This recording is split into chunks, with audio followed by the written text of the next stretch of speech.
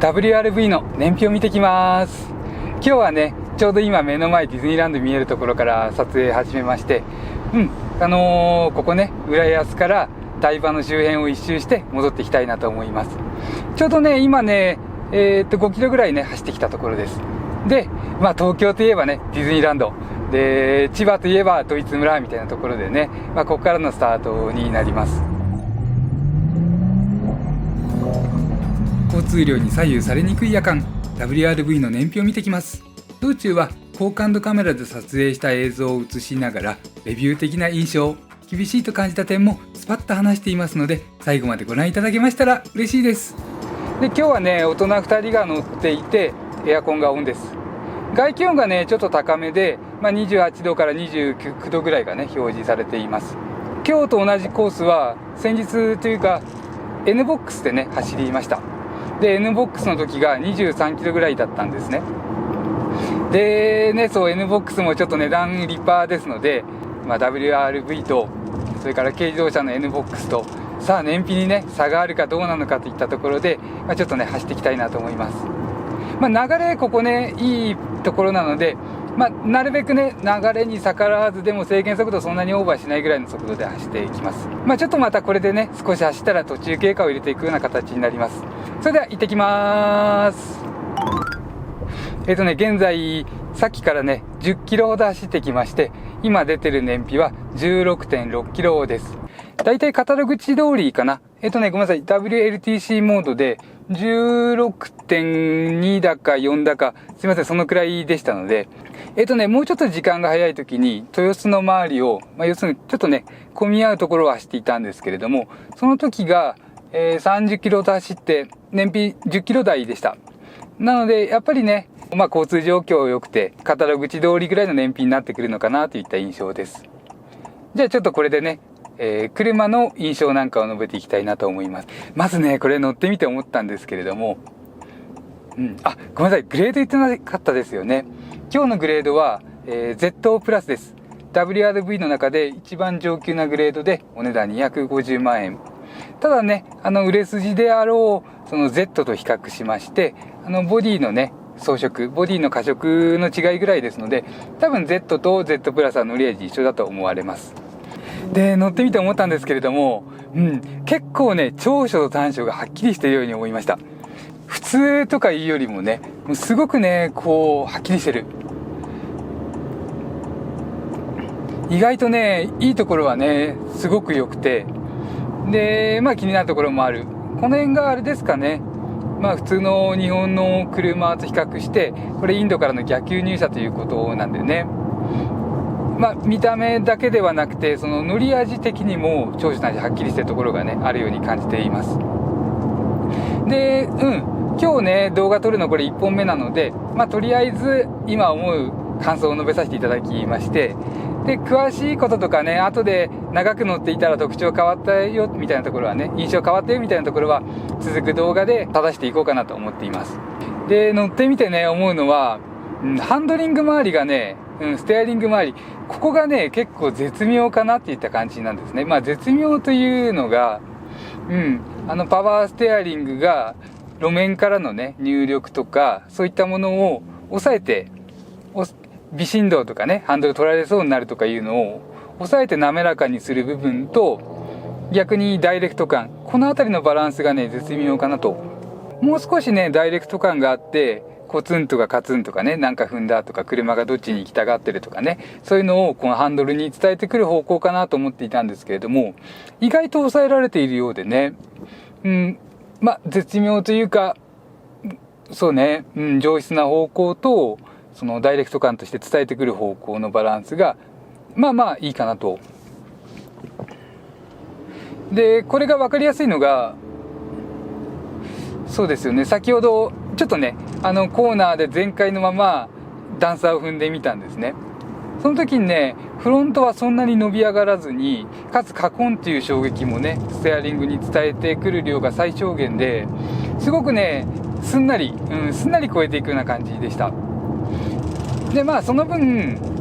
ちょっとね車が取られてるとかそういうのとかね、反力の左右の変化なんかは意外と少ない。なので面白さとかね、走るその車らしい乗り味というところとかではちょっとね予想ほどではなかったです。ただ逆にね上質感が予想以上っていうのかな。あとねダイレクト感とかも感じられますし、そういった部分がね、どうでしょう、自分の感覚から言うと、ベゼルより少し強いのかもしれない。先進的な感じですとか、内外装の洗練された部分とかね、装備の差とか、そういった部分ではベゼルの方がねやっぱりいいなと思うんですけれども、ハンドル周りはねベゼルのよりいいかなと、今思うところです。でベゼルね、自分たちマイナーチェンジ前のね、X と Z というのを何回か乗りまして、でZ の方はね乗り心地とか滑らかですごくいいなと思ったんですけれども、 X はねいろいろ気になるところがあって、そう外気温の違う日にね、外気温によってタイヤの柔らかさ変わりますから、外気温違う日に乗ってみたりとか、空気圧いろいろね何度も入れ直してみたりとかやったんですけれども、乗り心地とハンドリングの面でどうしてもね納得いかなかったところがあって、買わなかったという経緯があります。そう、ディーラーまでね見積もりとかも行ったりしたんですけれどもね。でそれと比べるとこの WRV はこのハンドル周りとあとごめんなさい、もしかしてなくてもね、乗り心地もね X との比較でしたらこっちの方がね EHVX ですねと比較した場合には乗り心地もこっちの方が質が高いかなと。でじゃあちょっとその乗り心地の話いきますね。まずね乗り心地で言うとサスペンションの質が結構高い。サスペンションダンパーですね、ショックアブソーバー。これが動き始めが滑らかに感じられて、あとじわっと動いてくれるんですね。これがねフリードの、ハイブリッドのフロントサスペンション、200万円台中盤ぐらいの車で言うとすごく良かったです。でこれもそこまで動かないですね。もうちょっと締まっているんですけれども、結構ね質が高い、同じぐらいというか近いぐらい良くて、でこっちの WRV の方が締まってるぐらいの印象ですかね。これがねなんでしょう、普通とはねもう全然普通と言えない。逆に250万円でこれよりじわっとしたね減衰力と滑らかさのバランスを持ってるショックアブソーバーの車、何があるかなって考えたらちょっとね現時点では思い浮かばないぐらい、そのフリードのフロントサスペンションとこれぐらいかなと。それぐらいね自分言いたい。でフリードの場合はリアサスペンションはねちょっと固めでパカパカしたり伸び上がるところがあって、それは3列シートなのでフルに乗車してね6人とか乗る時のことも考えられている。でこっちの車は逆にリアシートがそうミドルクラスセダンみたいなね、すごいコンフォートとかフォーマルって言えるようなリアシートの良さを持っていて、でリアサスペンションもいいというか、ごめんなさい、リアサスペンションで言うとフリードより良くて、全体としてはねすごくまとまりいいなと。ホンダって意外とねフロントサスペンション柔らかいとかリア硬くするセッティングが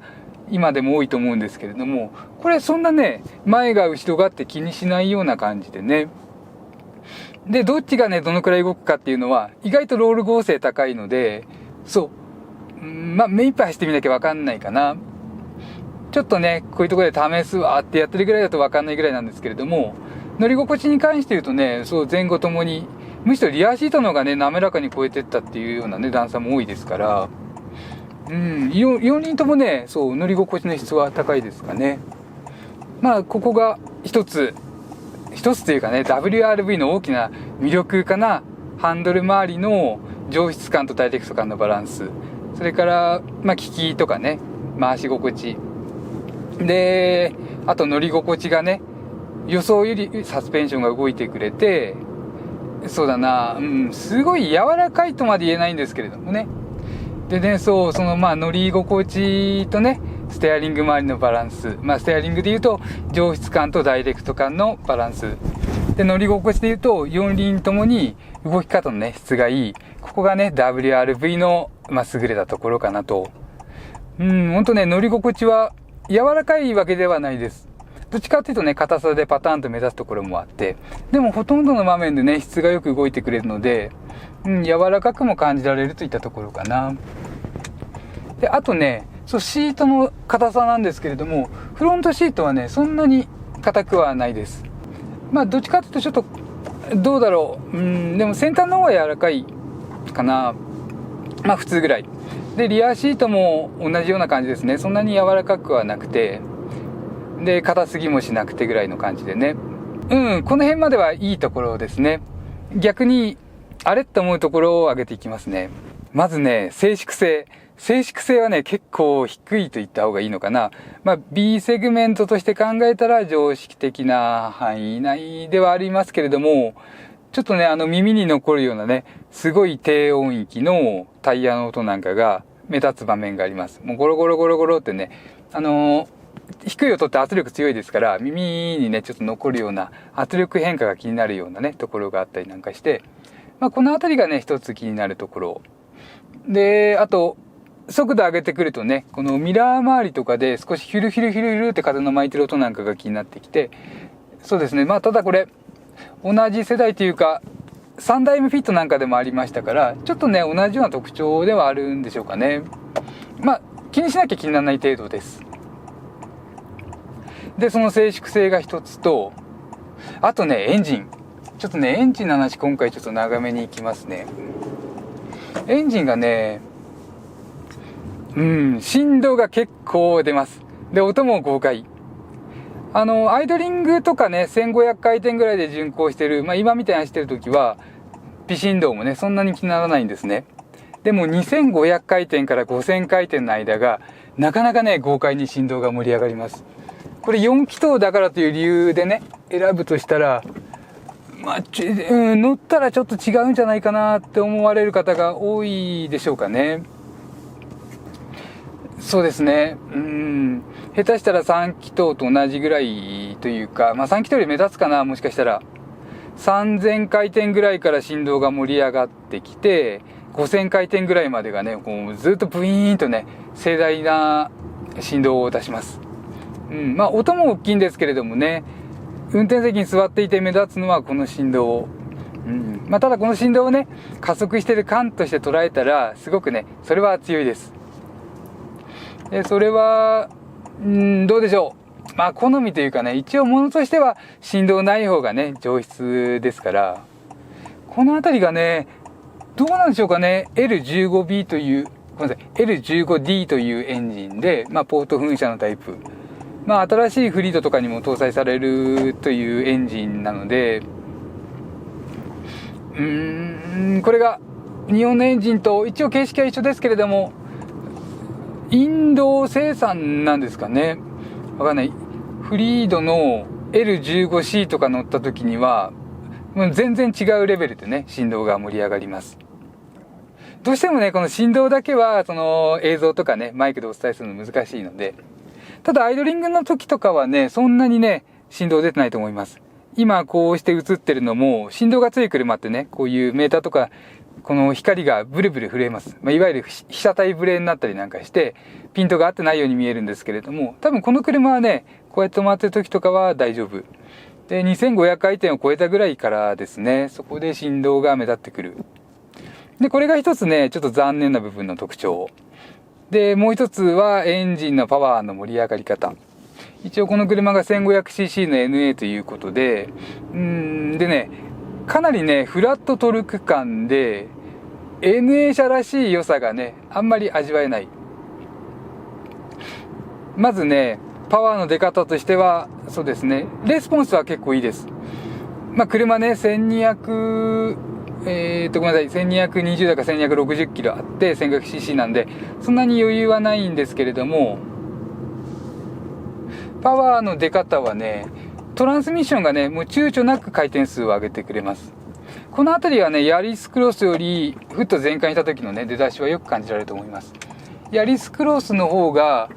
ちょっと低回転を保つようにしてね、パワーの加速を始めるっていうのかな、で速度にリンクして上げていくような印象なんですけれども、こっちの WRV の方が必要だったらねもう素早くね4000回転ぐらいにシュンと上げて加速を開始するような感じですね。まあいわゆるラバーバンド感で言ったらちょっとあるのはこっちなんでヤリスクロスの比較になったのかな。まあそれでねパワーの出方まあフラットトルク感があってね、高回転がねそんな強いような感じではないです。もうちょっとね上が回るかなと思ってると期待外れになりますかね。で、そうですね、この車のすごいのはパドルシフトがついています。でこの辺はねケチられてないですよね。ごめんなさい、ケチられてるというかコストダウンの対象ではなくて、取捨選択の上でパドルシフトはつけてっていうね商品企画で、 S レンジとね S モードにしますとずっとね自分で好きなギアの段を選んで走れるような形です。 D レンジのままパドルシフトを操作すると、ある程度ね時間経つと戻っちゃう。で S レンジですとキープができる。でキープして走ってもね6000回転でね自動シフトアップしちゃうんですね。この辺りがやっぱり高回転そんなに強くないから回してもしょうがないよねみたいなところなのかな。本当はね、500回転は余裕持って余らせるとしても、どうしてもねタコメーターって月があって若干の誤差がありますので、マニュアル車でもね500回転ぐらい余裕持つのは正しいと思うんですけれども、エンジンはその音が豪快なのと、それから振動も豪快なのと、で高回転あまり強くなくてすごいフラットトルク感のねあるようなエンジンといったところがね自分の今感じている印象です。であともう一つ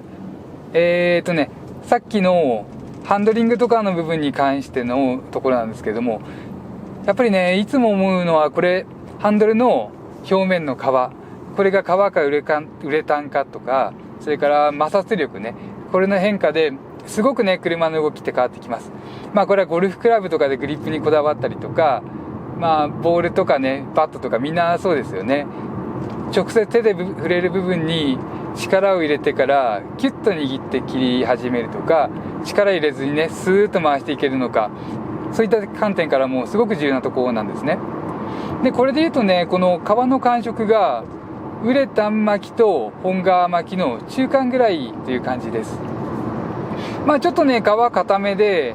知らなかったらね自分もこれ皮かなウレタンかなって迷っちゃうところでね、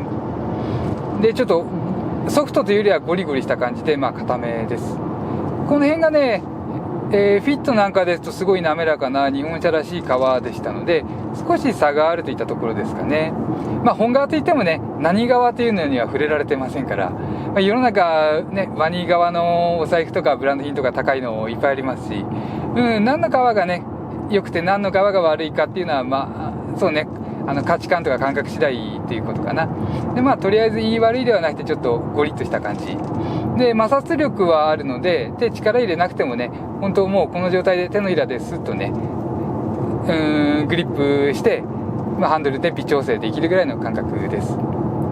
でね、じゃあ燃費ね、今ちょっと台場の辺り走っていて、15キロぐらいになりました。じゃあこれで、スタート地点に戻って集計ねしていきたいなと思います。ゴールです。現在ね JR の、新浦安の駅に行きました。で燃費は 29.5 キロ走って17.3 キロでした。今日ねちょっと速度高めだったんですけれども、無事ねカタログ燃費を超えてくれて、一安心といったところですね。で出始めにちょっと話に出した NBOX との比較なんですけれども、 NBOX が同じところ走って23キロでした。なので6キロ違うぐらいの感覚ですかね。で今せっかくなのでねちょっとメーターを映しますね。ごめんなさい、メーター映す前にちょっと話触れていこうかな。戻りの最中カメラ回ってないところで ACC も試してみました。 ACC とレーンキープの機能ですね。でそうですね、試してみてやっぱり楽ですね。でね良かったのはブレーキの反応がね人間より早かった部分がありました。前がちょうどねトラックが前を走っていて、でトラックの前が見えないような状況、そんな時に自分がアクセルから離してブレーキを軽く当てるといった動作をする時が人間よりね早くねうっすらブレーキをかけていってくれたので、当てていってくれたので、やっぱりこういった部分は機械すごいなと思いましたね。逆にハンドルに関する部分で言いますと、速度にして7、80キロかな、直線で走っていて、終始ね、こう、右に少し取られていって、左に少し行って、ごめんなさい、逆か。左、右っていうのをね、こう微妙に繰り返していたっていう感じですね。それがね、運転してる自分はやっぱりちょっと気になります。ただね、リアシートの乗員に聞いたら、全然ね、直進してる感覚で、フラフラしてる感覚はないといったところなので、ほんのわずかといったところですかね。あと、ハンドルをドライバーが握ってるかどうかの反応は、ちょっとね、ハンドルを人が操作して操作量で判断するタイプだと思いまして、少し走っているとね、ハンドルを握ってくださいっていう表示が、ここアラートが出ましたね。じゃあちょっとメーターを映します。これ今走ってきたところの燃費です。29.6 キロ。映ってるかな。29.6 キロ走ってきて、燃費ね、17キロが表示されています。どうでしょう？条件いい時にね、どんどん伸ばしてというね、普通の純ガソリン車のセオリー通りといったところでしょうかね。渋滞中とかはね、やっぱり燃費下がりますので。で、あと、メーターの質感。ベゼルとかとね、同じタイプで、ここはかなり上質感あると思います。メーターの左側、このタコメーターの部分とかがね、液晶になっていて、今ちょうどカメラで見て分かりやすいかな。で、右側はアナログメーターになっています。この辺ね、オーソドックスにも見えて、でもやっぱり一番上質感感じるような作りですよね。遊び心とかポップな作りではなくて、すごくね、上質さを感じるような作りです。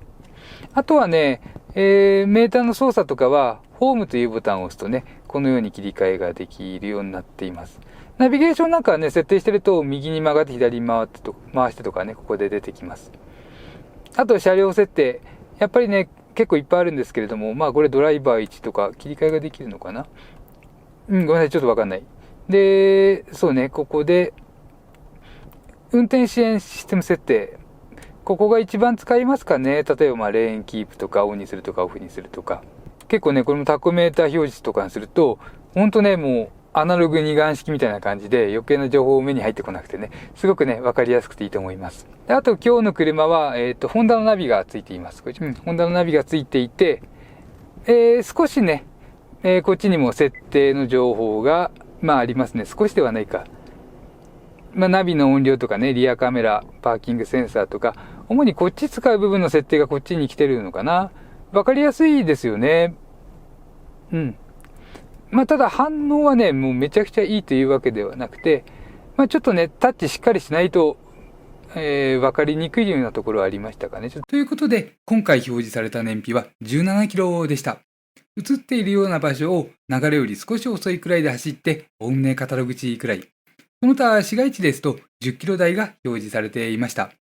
乗り味は後でまとまった印象を述べていく予定です。で、この動画より先に別チャンネルでね、試乗レビューをアップしている予定になっています。8月3日のね、アップ予定です。でね、この WRV が長所とかね、厳しいと感じる部分がすごくね、明確なんですよね。両方持ってる。で、そっちの動画ね、長所短所を感じた印象がね、結構よくまとまっていると、自分では思っていますので、よろしければご覧ください。概要欄にリンク貼っておきます。ではまた次の動画でお会いしましょう。間違いいっぱいの自動車選び、ヒラリー男爵でした。